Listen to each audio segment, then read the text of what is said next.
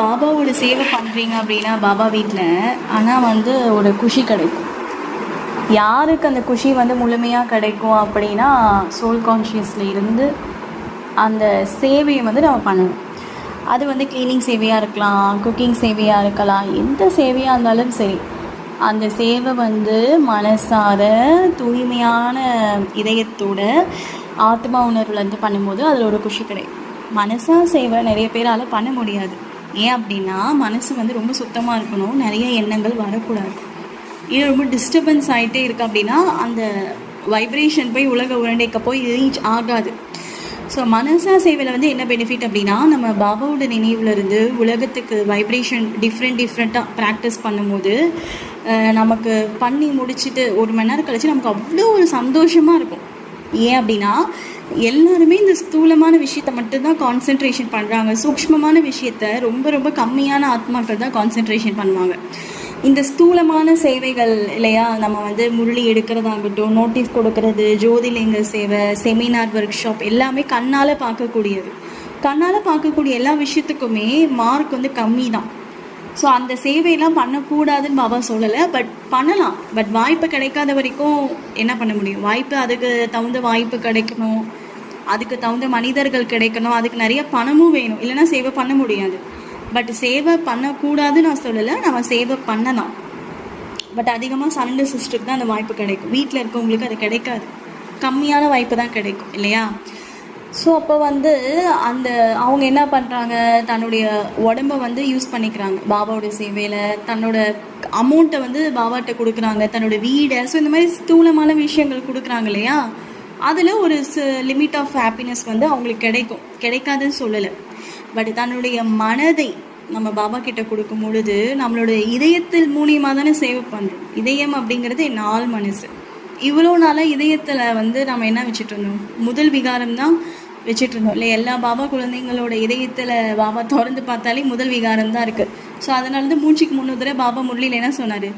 என்ன சொல்கிறாருன்னா, தேகதாரிகளை நினைக்காதீங்க, காம மகாசத்ருன்னு ஒரு பேஜ் எடுத்துக்கிட்டிங்கன்னா 5 பாயிண்ட்டாக தான் இருக்கும்.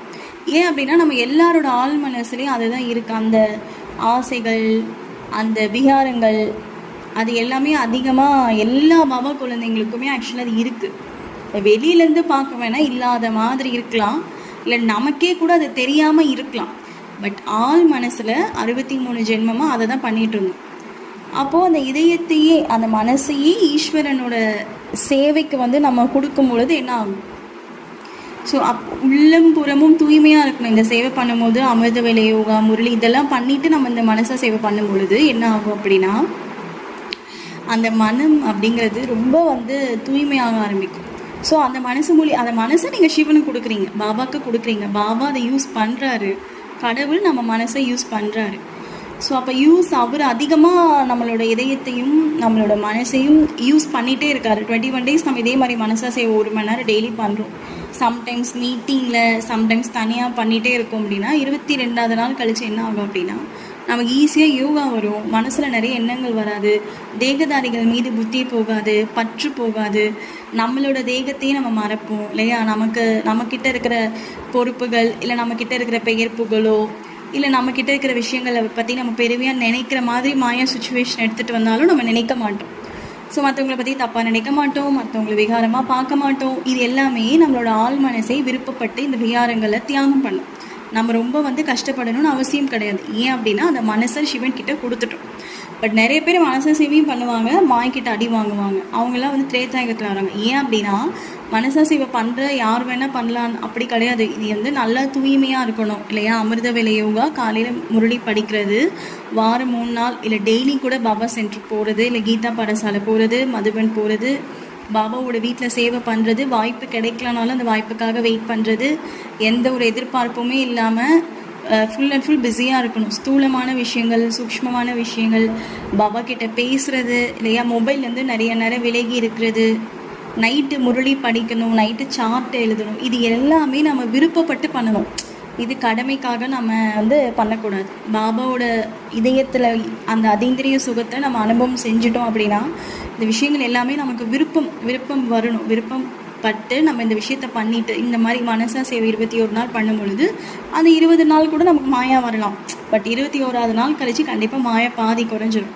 ஸோ இந்த மாதிரி மனதின் மூலியமாக கண்ணுக்கே தெரியாத சேவை யார் பண்ணுறாங்களோ அவங்க தான் 108 வர முடியும். அந்த ஸ்தூலமான சேவையும் பண்ணலாம், பட் சூக்ஷ்மமான இந்த சேவைக்கு தான் மார்க் அதிகம். அதில் மிஞ்சி போனால் இப்போ சிஸ்டர் சிவானி ஒரு கான்ஃபரன்ஸ் எடுக்கிறாங்க அப்படின்னா 30,000 பேர் எடுக்கிறாங்கன்னா இந்த மனசா சேவையில் கோடிக்கணக்கான பேருக்கு சக்தி போகும் ஜஸ்ட்டு 10 நிமிஷத்தில். அப்போது மனசா சேவை பண்ணுறவங்க நிறைய நேரம் அவங்க அமைதியில் இருக்கணும், நிறைய நேரம் தனிமையில் இருக்கணும். அவங்க ரொம்ப ஃபேமஸ் ஆகக்கூடாது. ரொம்ப ஃபேமஸ் ஆக ஆத்மாவால் மனசா சேவை பண்ண முடியாது, 108 வரவும் முடியாது. ஏன்னா பாபா வந்து மறைமுகமாக இருக்கிற மாதிரி இவங்களும் மறைமுகமாக இருந்தால் தான் ஃபஸ்ட்டு மனசா சேவையை பண்ண முடியும். பட் ஸ்தூலமான சேவையும் பண்ணலாம், பட் மறைமுகமாக இருப்பாங்க. ரொம்ப உலகத்தின் பார்வைக்கு அந்த ஆத்மா தெரிய முடியாது, தெரிஞ்சால் இந்த மாதிரி சேவை பண்ண முடியாது. ஸோ மனசு ரொம்ப க்ளீனாக இருக்கணும் அப்படின்னா அது அந்த மனசை வந்து யாரும் வந்து சும்மா டிஸ்டர்ப் பண்ணக்கூடாது. ஸோ அந்த மனசு சிவன் கிட்ட மட்டும் இருக்கணும். அப்போ ட்ராமாலாம் அவங்க ஃபேமஸ் ஆக மாட்டாங்க. ஸோ அப்போ அந்த மனசு யாருமே டிஸ்டர்ப் பண்ண மாட்டாங்க, அந்த மனசை நோக்கி யாரும் வர மாட்டாங்க. அப்போ அந்த மனசு சிவன்கிட்டேயே நிறைய நேரம் இருக்கும். அப்போ சிவன்கிட்ட இருக்கும் போது அவங்களுக்கு தான் வந்து 5000 வருஷமும் ராஜபோக வாழ்க்கை. ஸோ இந்த ஒரு பிறவி நம்ம ஃபேமஸ் ஆகலைன்னா, இல்லை நம்மக்கிட்ட என்ன இல்லைனாலும் பரவாயில்ல, நம்ம 5000 வருஷமும் நம்ம ரொம்ப ஃபேமஸாக இருக்கணும். 5000 வருஷமும் அழகான உடல் கிடைக்கணும், 5000 வருஷமும் ஆரோக்கியம். ஸோ 5000 வருஷம் கிடைக்கலனா கூட பாபா சொன்ன மாதிரி 100க்கு 78%, மேக்ஸிமம் 75% கிடைக்கும் 108 வரவங்களுக்கு. 85% கிடைக்கும் 8 மணி மாலையில் வரவங்களுக்கு. ஓகேங்களா? அப்போது ராஜயுக்தியாக இருக்கு. ஓகேங்களா? இந்த ஒரு பிறவி மறைமுகமாக இருக்கிறதுனால ஒன்றும் குறைஞ்சிட மாட்டோம். பாண்டவர்கள் மறைமுகமாக இருந்தாங்க, குப்தமாக இருந்தாங்க, சிம்பிளாக இருந்தாங்க. மகாபாரதத்தில் வேறு யார்? ராமரும் 14 வருஷம் மறைமுகமாக தான் இருந்தார் இல்லையா? ராவணன், துரியோதனன் அவங்க தான் ரொம்ப ஆடம்பரமாக இருப்பாங்க, பகட்டாக இருப்பாங்க. அது ஆக்சுவலாக பாபா குழந்தைங்க தான், அந்த மாதிரி கூட நம்ம சொல்லலாம். ஸோ அதனால் இந்த ஒரே ஒரு பிறவி யார் மறைமுகமாக இருக்காங்களோ அவங்களால தான் மனசா சேவை பண்ண முடியும். அவங்களால தான் பாபா கிட்ட நெருக்கமாக போக முடியும். ஆத்மா வந்து பல பிறவியாக பெயர் புகழை பார்த்துடுச்சு. காமம் அப்படிங்கிறதையும் நிறைய அனுபவம் செஞ்சுருப்பாங்க ராஜா ஆத்மாக்கள். ஸோ நிறைய பார்த்துட்டாங்க. இப்போ ரெஸ்ட்டுக்கான டைம். இந்த டைமில் போய் பெயர் புகழுக்கோ, என்னை சுற்றி எப்பயுமே மனிதர்கள் இருக்கணுங்கிற அந்த ஆசை, நான் ரொம்ப அழகாக இருக்கணும், நான் சேவாதாரியாக இருக்கணும், நான் ரொம்ப அப்படியே பாபா குழந்தைங்க மத்தியில் ஷைனிங் பண்ணணும், இது எல்லாமே இந்த ஆசைகள். இது எல்லாமே சேவைக்கான இடத்துல நீங்கள் போகும்போது மாயா வருவோம். ஓகேங்களா? 4 பேர் நம்மளை பார்த்து பொறாமப்படுவாங்க. அந்த மாயாவை ஜெயிக்கணுமா இல்லை நமக்குள்ளே வர மாயாவை ஜெயிக்கணுமா? ஸோ இந்த டைமில் வந்து இப்போது லௌகீக வாழ்க்கையிலும் சரி அலௌகீக வாழ்க்கையில் யார் ரொம்ப ஃபேமஸ் ஆகுறாங்களோ அவங்க அனுபவிக்கிற சுகம் என்னமோ 25% தான்.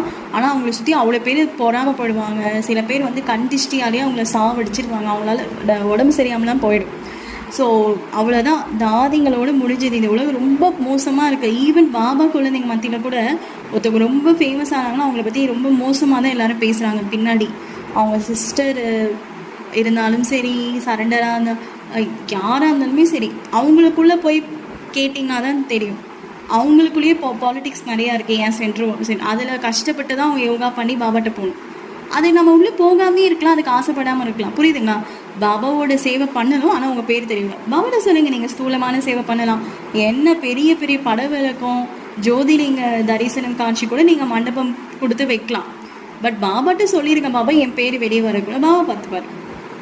நீங்கள் பண்ணுற சேவை சிவனுக்கு தெரிஞ்சால் போதும், நிமித்தமானவங்களுக்கு தெரிஞ்சால் போதும். எல்லாருக்கும் தெரியணும் அவசியமே கிடையாது. பாபாட்ட நீங்கள் அந்த மாதிரி வர வாங்கிட்டு நீங்கள் ஒரு ஸ்தூலமான சேவை பண்ணிங்கன்னா சிவபாபா ப்ரொடெக்ஷன் பண்ணுவார். ஏன்னா இந்த மாதிரி விஷயத்துக்கு தான் பாபா ஹெல்ப் பண்ணுவார், ஸ்தூலமான விஷயத்துக்கு பாபா ஹெல்ப் பண்ண மாட்டார். ஸோ இப்போது இந்த மாதிரி டைமில் நம்ம மனசாக சேவ் பண்ணி கோடிக்கணக்கான பிரஜைகளை உருவாப்பீங்களா, இல்லை ஒரு செமினார் எடுக்குது, அதுதான் நிறைய பேர் ஆசைப்படுறாங்க.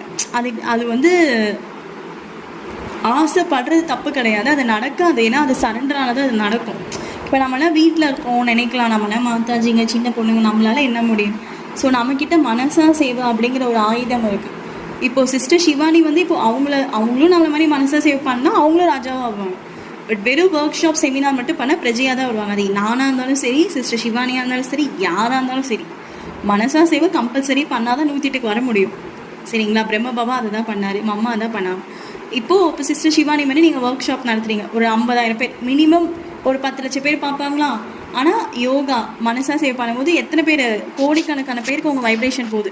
ஸோ அப்போ கோடிக்கணக்கான பேருக்கு அந்த வைப்ரேஷன் போகணும் அப்படின்னா நம்ம எப்படி இருக்கணும்? பரிசுத்தமாக இருக்கணும். மனசு ரொம்ப க்ளீன் அண்ட் கிளியராக இருந்தால் தான் கோடிக்கணக்கான பேருக்கு வைப்ரேஷன். பாபாவால் நம்ம மனசு அவர் தான் யூஸ் பண்ணி கொடுக்குறாரு, நம்ம ஒன்றும் கொடுக்கல. ஒரு படவழக்கம் தரீங்க, ஒரு சேவை பண்ணுறீங்க, மிஞ்சி போனால் ஒரு 1000 பேருக்கு பண்ணுவீங்களா? ஸோ புத்திசாலித்தனமாக இருக்கணும், சரிங்களா? எப்பயுமே பெரிய பெரிய கம்பெனியில் நீங்கள் பார்த்துருப்பீங்க தானே, சேல்ஸ் மேனேஜர் தான் வெளியே தெரிவாங்க. அந்த சிஇஓ நீங்கள் பார்த்துருக்கீங்களா?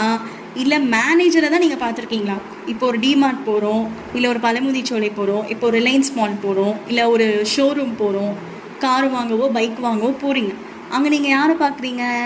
சேல்ஸ் மேனேஜரை தான் பார்க்குறீங்க. சரி, அப்படியே ஒரு மேனேஜர் இருப்பார், அவர் கூட அங்கேருந்து விடுபட்டு தான் ஒரு இடத்துல இருப்பார். எக்ஸிக்யூட்டிவ் மேனேஜரை உங்களால் பார்க்க முடியுமோ? அவங்கக்கிட்ட உங்களால் பேச முடியுமா? பேச முடியாது, ஓகேங்களா? அடுத்து வந்து சிஇஓ கிட்ட உங்களால் பேச முடியுமா? பேச முடியாது. ஸோ அந்த மாதிரி தான் பாபா குழந்தைங்க மத்தியில் கூட மகாரதி குழந்தைங்க வெளியே இப்போதைக்கு அவங்க தெரிய மாட்டாங்க. அப்படி அவங்க தெரிகிறவங்களா இருந்தால் அவங்களால எக்ஸிக்யூட்டிவ் மேனேஜராக இருக்க முடியாது. எக்ஸிக்யூட்டிவ் மேனேஜர் தான் 108 பேர், சிஇஓ தான் சிவபாபா. ஸோ பாபா கடைசியாக தான் அவங்கள பிரதீட்சம் பண்ணுவார். ஒவ்வொருத்தவங்களுக்கும் ஒவ்வொரு பாட்டு, ஒவ்வொரு பாபா குழந்தைங்களுக்கும் ஒவ்வொரு பாட்டு. ஸோ மற்றவங்கள நம்ம பார்க்கக்கூடாது. அதே மாதிரி நம்ம ஸ்தூலமான சேவையை கேலி கிண்டலும் பண்ணக்கூடாது, அதுவும் நம்ம பண்ணணும். பட் மெயினானது மனசாக செய்வோம். ஸோ மனசையே நான் பரமாத்மாவுக்கு ஒப்படைக்கும் பொழுது, அப்போது அந்த மனசில் அவர் வந்து யூஸ் பண்ணுறாரு அப்படின்னா, அப்போது அவர் யூஸ் பண்ணுறாரு அப்படின்னா நான் எப்படி இருக்கணும்? அதை மனசா சேவை எதுக்கு பண்ணுறோம், அதோட பலன் என்ன அப்படிங்கிறத நம்ம தெரிஞ்சுட்டு நம்ம பண்ணணும், சரிங்களா? ஸோ சாந்தி. இப்போ